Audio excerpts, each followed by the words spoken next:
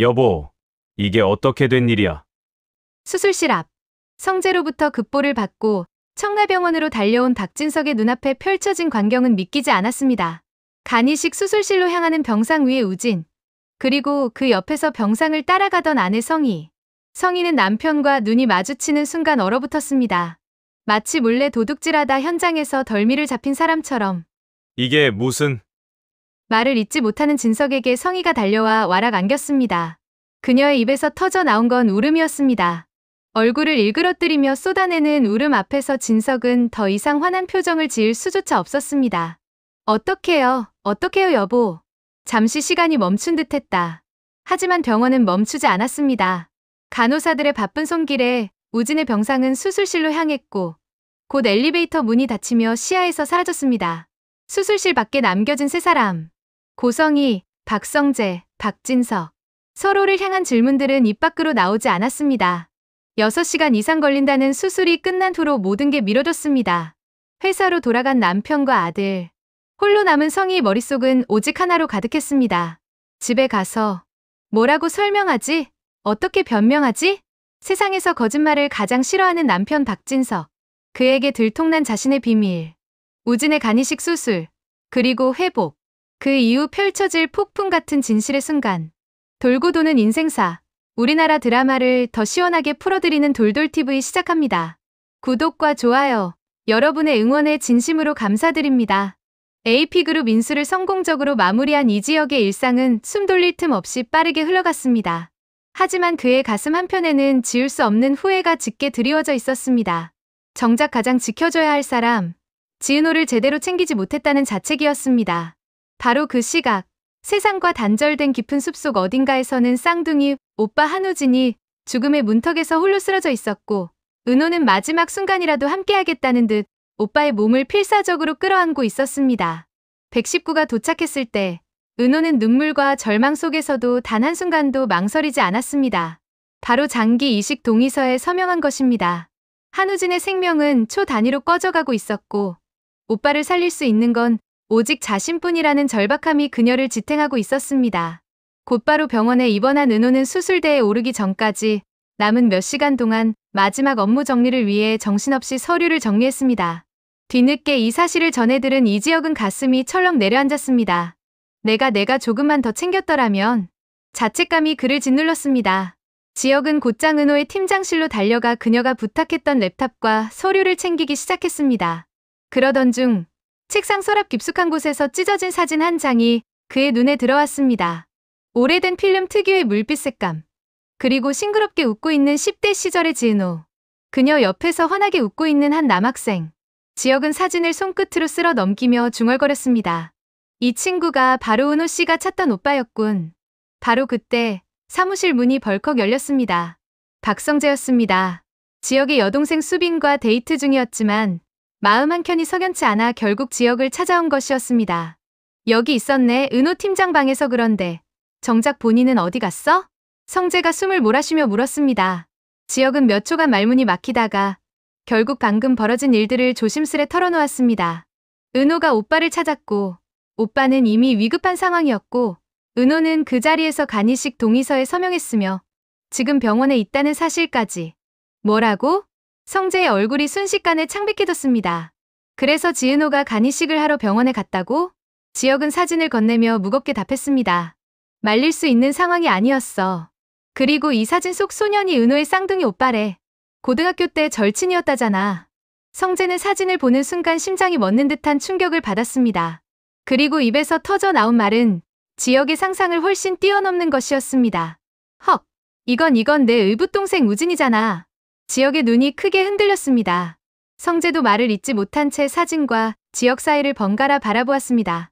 두 남자의 동공은 순식간에 커졌고 방 안의 공기는 얼어붙은 듯 정적에 잠겼습니다. 바로 그때 지혁의 오른팔이자 실무총괄 차철민이 문가에서 참다 못해 외쳤습니다. 잠깐만요. 그의 목소리에는 평소의 차분함이 사라지고 묘한 긴박함이 서려 있었습니다. 지혁과 성재가 동시에 고개를 돌렸습니다. 차철민은 숨을 고르며 말을 이었습니다. 근래에 지은호 팀장님을 찾아왔던 그 여자분, 저는 처음부터 뭔가 이상하다고 느꼈습니다. 무슨 소리야, 철민아? 지혁이 미간을 좁히며 물었습니다. 차철민은 잠시 망설이다가 마치 오랫동안 숨겨왔던 비밀을 털어놓듯 천천히 입을 열었습니다. 어차피 지은호 팀장님 개인사라서 제가 나서지 않으려고 했습니다. 하지만 일이 이렇게 흘러가니 더 이상 침묵할 수가 없네요. 그의 눈빛이 이상하리만큼 진지했습니다. 성재는 본능적으로 몸을 앞으로 기울였습니다. 그 여자분이 앉은 자리마다 제가 보는 건 불에 타고 남은 시커먼 재뿐이었습니다. 지혁의 얼굴이 굳었습니다. 차철민은 떨리는 손으로 이마를 짚으며 말을 이었습니다. 간이식은 무사히 끝날 겁니다. 그건 확실해요. 하지만 그 이유가 문제입니다. 저 여자가 발을 디디는 곳마다 모든 게 무너져 내립니다. 집안의 경영에 참여하고 있다면 얼마 되지 않아 파산할 테고, 아니라면 그가 잠시 말을 끊었습니다. 그리고 성재를 똑바로 바라보며 단호하게 말했습니다. 이미 뒤로 재산을 챙기느라 집안의 곳간이 텅텅 비어 있을 겁니다. 순간 방 안의 공기가 얼어붙었습니다. 성재는 차철민의 말 한마디 한마디가 마치 퍼즐 조각처럼 맞춰지는 것을 느꼈습니다. 지혁은 당황한 표정으로 차철민을 바라보았습니다. 철민아, 너 지금 무슨 말을 하는 거야? 대체 어떻게 그런 걸 알아? 차철민은 길게 한숨을 내쉬었습니다. 그의 눈빛에는 오랜 고민의 흔적이 깊게 새겨져 있었습니다.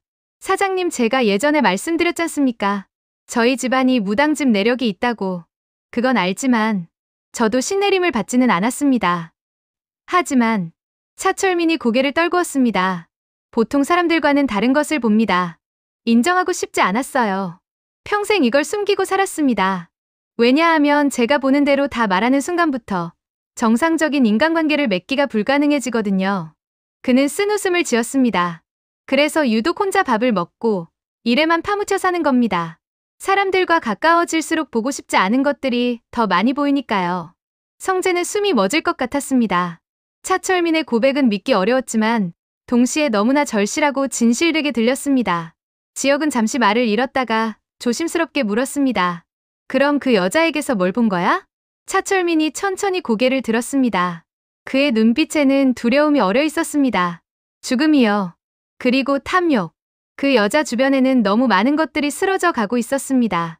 마치 뭔가를 집어삼키는 블랙홀 같았어요. 성재의 등골에 오싹한 전율이 흘렀습니다. 순간 그의 머릿속에서 모든 퍼즐이 맞춰졌습니다. 이중인격처럼 보였던 새어머니의 행동. 완벽하게 계산된 눈물. 175억이라는 거에. 그리고 아버지가 말했던 텅 빈 금고. 새어머니 고성이. 성재는 주먹을 불끈 쥐었습니다. 차철민의 경고는 단순한 직감이 아니었습니다. 그것은 성재가 지금껏 느껴왔던 의심에 확신을 더하는 결정적인 한마디였습니다. 그래, 이제 알겠어. 저 여자는 절대 평범한 사람이 아니야. 성재는 지혁을 향해 단호하게 말했습니다. 지혁아, 이제 알 것 같아. 새어머니는 우리 집안을 좀먹고 있었어. 지혁은 성재의 눈빛을 보며 천천히 고개를 끄덕였습니다. 그럼 어떻게 할 거야? 성재의 입가에 차갑고 냉정한 미소가 번졌습니다. 숨 쉴 틈을 주지 말아야지. 본 모습이 드러나는 순간까지 이번엔 절대 놓치지 않을 거야. 그 순간 세 남자의 눈빛이 하나로 모였습니다. 고성이라는 여자의 가면을 벗기기 위한 치밀한 계획이 지금 이 순간부터 시작되고 있었습니다. 수술 당일 아침, 박성재는 한순간의 망설임도 없이 아버지 박진석의 팔을 붙잡고 청라병원으로 향했습니다. 차철민의 경고가 머릿속에서 계속 울렸습니다. 저 여자는 반드시 뭔가를 숨기고 있습니다. 병원 복도는 긴장한 공기가 가득했으며 수술실 앞의 불빛은 이미 붉게 켜져 있었습니다. 바로 그때 간호사들의 에스코트를 받으며 스트레처를 밀고 나오던 두 사람, 고성이와 한우진이 모습을 드러냈습니다. 고성이는 우진의 손을 꼭 붙잡고 있었으며 얼굴 위에는 비장한 결심과 절망, 그리고 계산된 눈물까지 얹혀 있었습니다. 그녀의 시선이 앞을 향한 순간 박진석과 성재가 서 있는 모습을 확인하자마자 성희의 발걸음이 그대로 얼어붙었습니다. 박진석의 표정은 폭발 직전에 달한 화약꽃처럼 일그러졌습니다. 그는 숨조차 제대로 들이쉬지 못한 듯 턱을 굳게 다물고 있었습니다. 성희 씨, 이게 도대체 무슨 일이야? 그 목소리는 분노를 억누른 채 떨리고 있었고 평소 고성희가 가장 경계하고 두려워했던 바로 그 거짓말을 싫어하는 박진석의 본 모습이었습니다. 단 한순간 고성희의 눈동자가 흔들렸습니다.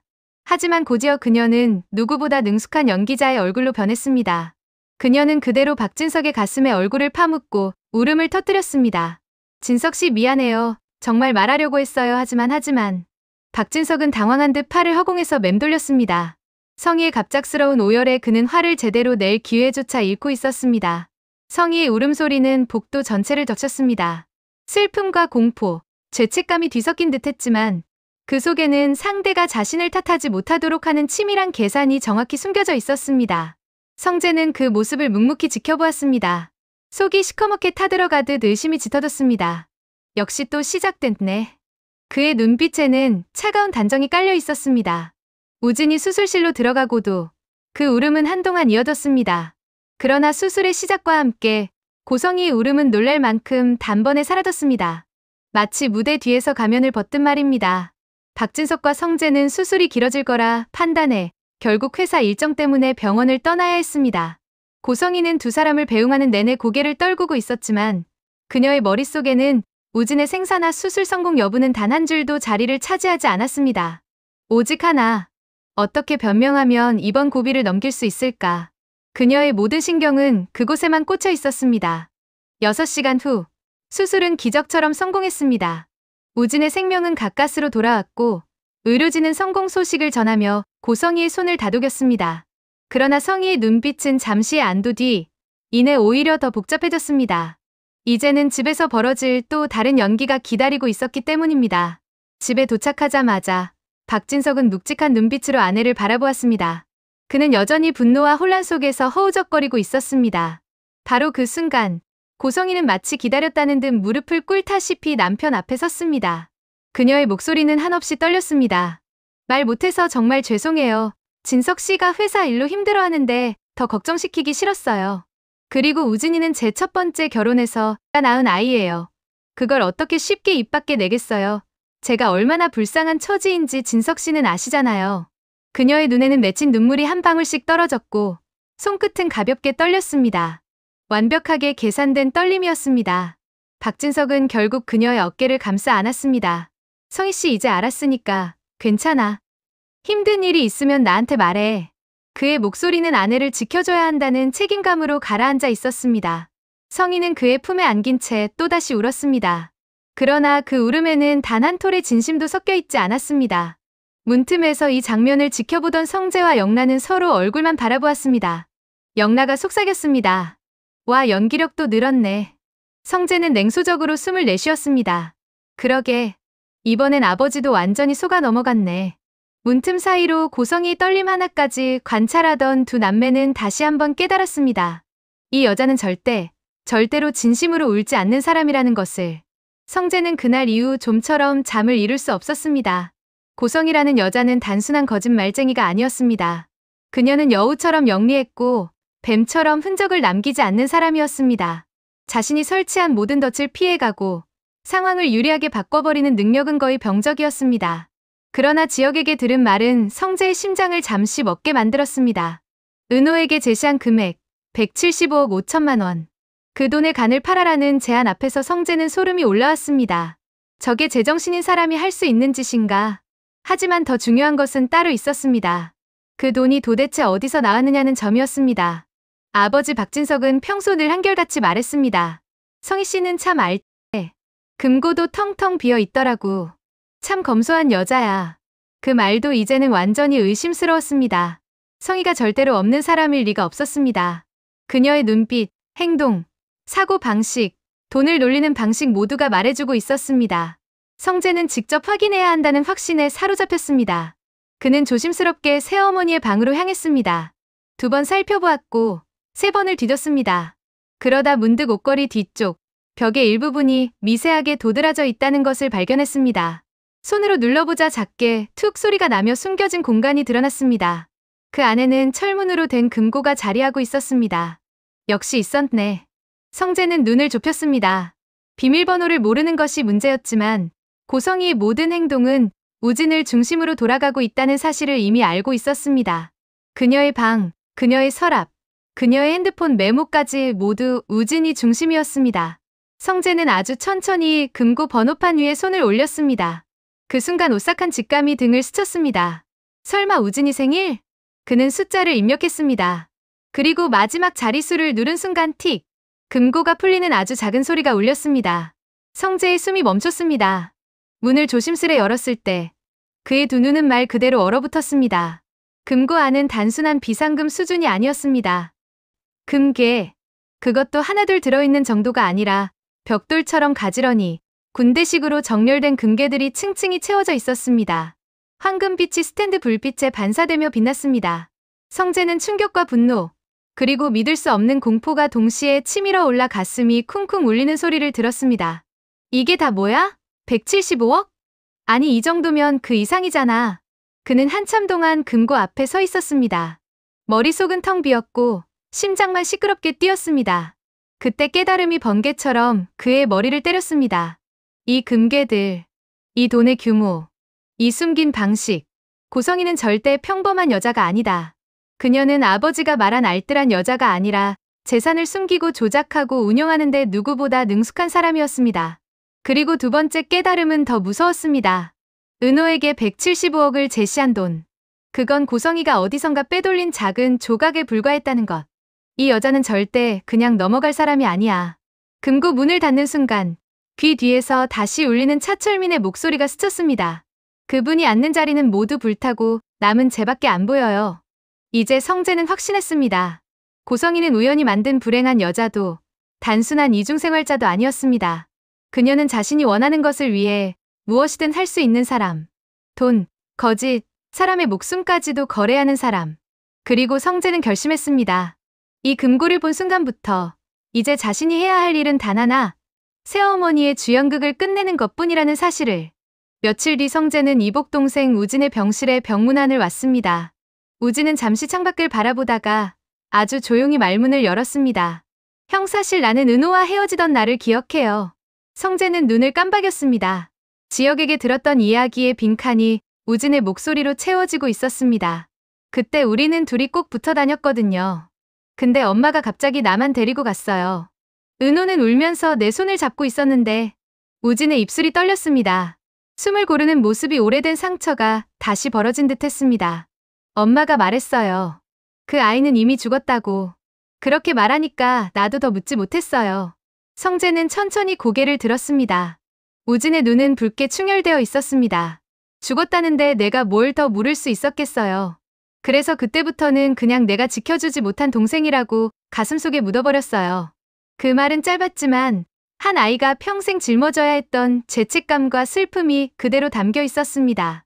근데 엄마가 그걸 거짓말로 했다는 게 형, 나는 그게 더 견딜 수 없어요. 성재는 가슴이 서서히 조여오는 것을 느꼈습니다. 우진은 씁쓸하게 웃었습니다. 웃음이라고 하기엔 너무 쓰라렸습니다. 엄마는 항상 그래요. 숨기고 가리고 자기 욕심 채우려고 사람을 지우고 성공하려면 다 괜찮다고 생각하는 사람 같아요. 성재는 말없이 우진을 바라보았습니다. 우진의 시선은 멀리, 아주 멀리 도망치듯 흩어졌습니다. 나는 엄마가 무슨 비밀을 숨기고 사는지, 왜 새아버지 앞에서 그렇게 가식적으로 굴었는지 어릴 때부터 다 알고는 있었지만 여동생을 찾아내 간이식을 강요했던 얘기를 듣는 순간 내 삶은 무의미해졌어. 그런데 내가 죽을 운명은 아니었나 봐요. 은호가 그 숲에서 날 찾아낸 걸 보면 짧은 정적이 병실을 채웠습니다. 우진이 마지막으로 조용히 말을 더했습니다. 형 그래서 이제라도 벗어나고 싶어요. 엄마한테도 내 과거한테도 다시는 그 사람 때문에 누군가가 희생되는 걸 보고 싶지 않아요. 성재는 우진의 손등 위에 손을 얹으며 단단히 고개를 끄덕였습니다. 그래, 내가 묻어왔던 거 형이 꺼내줄게. 이제는 내가 숨지 않아도 되는 삶을 살게 해줄게. 그 순간 성재는 확신했습니다. 고성이의 거짓은 더 이상 가정 내 문제가 아니며 이미 누군가의 인생을 뒤틀고 파괴한 범죄나 마찬가지라는 것. 그리고 성재는 마음속에서 천천히 결심을 굳혔습니다. 이제는 새어머니의 비밀을 파헤칠 때가 왔다고. 박진석이 퇴근해 집에 들어섰을 때 현관에서 그를 기다리고 서 있는 사람은 예상 밖의 인물이었습니다. 영라였습니다. 그녀는 주먹만큼 접힌 편지 한 장을 아버지에게 내밀었습니다. 표정은 평소보다 침착했고 눈빛에는 깊은 고민이 자리 잡고 있었습니다. 아빠 이거 우진 오빠가 쓴 편지예요. 아빠한테 꼭 전해달라고 했어요. 박진석의 손끝이 미세하게 흔들렸습니다. 그는 말없이 편지를 받아들고 거실 조명 아래에서 천천히 펼쳤습니다. 종이는 여러 번 접힌 흔적이 깊게 남아 있었습니다. 글씨는 힘겹지만 단정했고 한 줄 한 줄이 고백처럼 묵직했습니다. 아버지, 저를 키워주셔서 정말 감사합니다. 하지만 이제는 엄마의 가식과 욕심을 지켜보며 사는 것이 너무 힘듭니다. 엄마는 동생을 버렸고 저는 그걸 믿으며 살아왔습니다. 저에게 새로 주어진 두 번째 생명은 죽은 줄 알았던 친동생과 잠시라도 시간을 보내고 싶습니다. 저는 엄마의 거짓말에 동조하며 살았던 것이 평생 후회될 것 같습니다. 죄송합니다. 그리고 감사했습니다. 우진 올림. 박진석의 시선이 마지막 문장을 읽는 순간 손에서 편지가 떨어질 뻔했습니다. 그는 눈을 감았습니다. 숨이 가빠졌고 감정이 무겁게 가슴을 짓눌렀습니다. 그때 계단 위에서 조용히 내려오는 발소리가 들렸습니다. 성재였습니다. 그의 표정은 결연했고 이날을 위해 마음속에서 수십 번 연습한 말들이 분명하게 눈빛에 서려 있었습니다. 아버지, 오늘은 꼭 보셔야 할 게 있습니다. 영란은 묵묵히 성재 옆에 섰습니다. 두 남매의 결심이 서로에게 힘을 주고 있었습니다. 성재는 아버지를 새어머니의 방으로 안내했습니다. 방 안 공기는 고성이의 향수 냄새와 함께 묘하게 차가웠습니다. 아버지, 금고가 있다고 하셨죠? 비었다고 늘 그러셨죠? 박진석은 멍한 눈빛으로 벽을 바라보았습니다. 그림 뒤에 숨겨진 금고를 본 순간 그의 눈동자가 큰 동요를 보였습니다. 그는 자리에 선 채 아무 말도 하지 못했습니다. 성재는 금고 번호판 앞에 서서 새어머니를 향해 말했습니다. 어머니, 비밀번호는 제가 불러드릴게요. 대신 어머니가 직접 여세요. 고성이의 얼굴이 하얗게 질렸습니다. 입술이 바들바들 떨렸고 손등이 차갑게 데워지듯 끓어올랐습니다. 성재야, 이게 무슨... 우진 생일입니다. 성재가 냉정하게 끊었습니다. 고성이의 눈이 크게 흔들렸습니다. 그러나 박진석의 시선이 그녀를 정확히 꿰뚫고 있었기 때문에 더 이상 도망칠 수 없었습니다. 그녀는 떨리는 손으로 숫자 버튼 위에 손가락을 올렸습니다. 0715. 마지막 숫자 5를 누르는 순간 틱. 금고가 열렸습니다. 다음 순간 거짓말의 마지막 장막이 스스로 걷혀버렸습니다. 금고는 텅 빈 금고와는 정반대였습니다. 눈이 시릴 정도로 번쩍이는 금괴들이 층층이 빽빽하게 쌓여 있었습니다. 마치 누군가가 이대로 들키면 끝이다 라고 말하듯 완벽하게 정리된 황금빛 더미였습니다. 박진석은 그대로 얼어붙었습니다. 숨을 들이마시는 것도 잊은 듯 손끝이 천천히 떨렸습니다. 그리고 마침내 그의 감정이 무너져 내렸습니다. 고성이, 이게 당신의 본 모습이야. 그의 목소리는 굵고 낮았고 한 번도 들어본 적 없는 분노가 담겨 있었습니다. 이게 뭐야? 고성이는 아무 말도 하지 못했습니다. 입술은 열렸지만 아무 소리도 나오지 않았습니다. 대체 이게 뭐냐고. 순간 박진석의 손이 번개처럼 고성이의 멱살을 움켜쥐었습니다. 온몸이 사시나무처럼 흔들리는 고성이의 얼굴은 지금까지 한 번도 본 적 없는 공포로 무너져 있었습니다. 내가 이렇게까지 당신을 믿었는데 날 이렇게 속여? 금괴의 황금빛은 고성이의 붕괴와 박진석의 절망을 적나라하게 비추고 있었습니다. 성재와 영란은 한마디도 하지 않았습니다. 모든 진실이 스스로 드러나는 순간 말은 필요하지 않았기 때문입니다. 그날로 고성이의 두 번째 결혼은 끝이 났습니다. 밤늦게 집 몇 개를 부랴부랴 챙긴 고성이는 문을 닫으며 마지막으로 집안을 한번 훑어보았습니다. 그 눈빛에는 수치심보다 훨씬 뜨겁고 암울한 분노가 자리하고 있었습니다. 그녀가 집을 나간 뒤 집 안에는 정막이 내렸습니다. 박진석은 한참 동안 금고 앞에서 움직이지 못했습니다. 황금빛은 여전히 빛나고 있었지만 그 반짝임은 더 이상 부의 상징이 아닌 자신이 얼마나 오래 속아왔는지를 증명하는 잔혹한 조명처럼 느껴졌습니다. 박진석은 손끝을 떨며 자리에 주저앉았습니다. 목이 타들어가듯 건조했고 눈은 뜨거웠습니다. 한 남자의 자존심이, 가족을 지키려던 믿음이 그 순간 완전히 무너져 내렸습니다. 다음 날 새벽, 박진석은 회사 변호사에게 가장 먼저 전화를 걸었습니다. 목소리는 전날보다 차분했지만 내면은 완전히 뒤집힌 상태였습니다. 서류 준비해 주십시오. 오늘 당장 시작합시다. 그 여자는 더 이상 내 가족이 아닙니다. 변호사는 사안을 들은 뒤 회장님, 금괴가 있었다고요? 하고 되물었지만 박진석은 대답 대신 짧은 한숨만 내쉬었습니다. 전화가 끊어진 뒤 박진석은 편지를 다시 꺼내 읽었습니다. 우진의 글씨는 여전히 흔들리고 있었고 마지막 줄에 감사했습니다라는 말은 가슴을 칼처럼 찔러왔습니다. 그는 결심했습니다. 이혼은 물론 단 한 푼도 주지 않을 것이라고. 재산 분할 영원, 위자료 청구, 배우자의 배신과 은닉 재산 증거 제출, 그 어떤 감정적 이유가 아니라 이제는 기업의 회장으로서, 가정을 책임지는 가장으로서 무너진 신뢰를 바로잡기 위한 의무였습니다. 이혼 준비 소식은 누구보다 빠르게 마치 공기 중에 냄새라도 쏘듯 고성이에게 먼저 닿았습니다. 그녀는 집을 나간 지 겨우 하루가 지났을 뿐이었지만 분노와 억울함, 그리고 절대로 빈손으로 나가지 않겠다는 욕망이 그녀의 발걸음을 한순간도 멈추게 하지 못했습니다. 고성이는 곧장 변호사를 찾아갔습니다.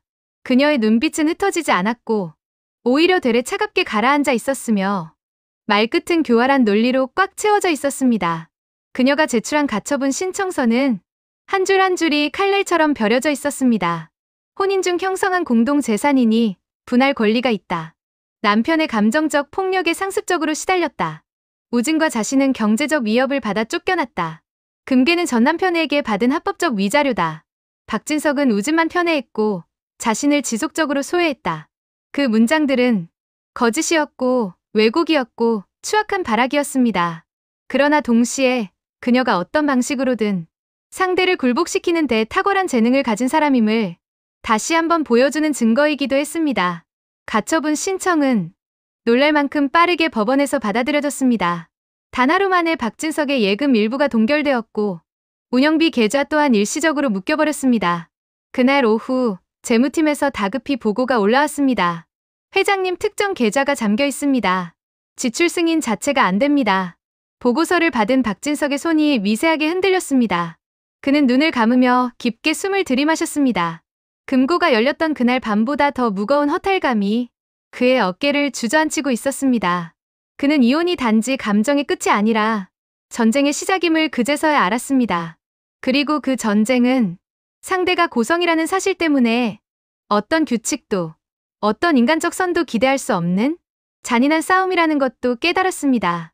하지만 그럼에도 불구하고 박진석의 집안은 무너지지 않았습니다.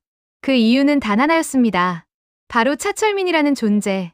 그가 처음 그 여자 주변에서 불의 탄재를 봅니다라고 했던 순간 박진석과 성재는 그 말을 반신반의하며 넘겼지만 지금 돌아보니 그 말은 예언이 아닌 현실의 정확한 묘사였습니다. 새어머니가 지난 세월 걸어온 자리마다 사람이 무너지고 집안이 흔들리고 재산이 사라졌다는 사실을 이제야 두 사람은 똑똑히 이해할 수 있었습니다.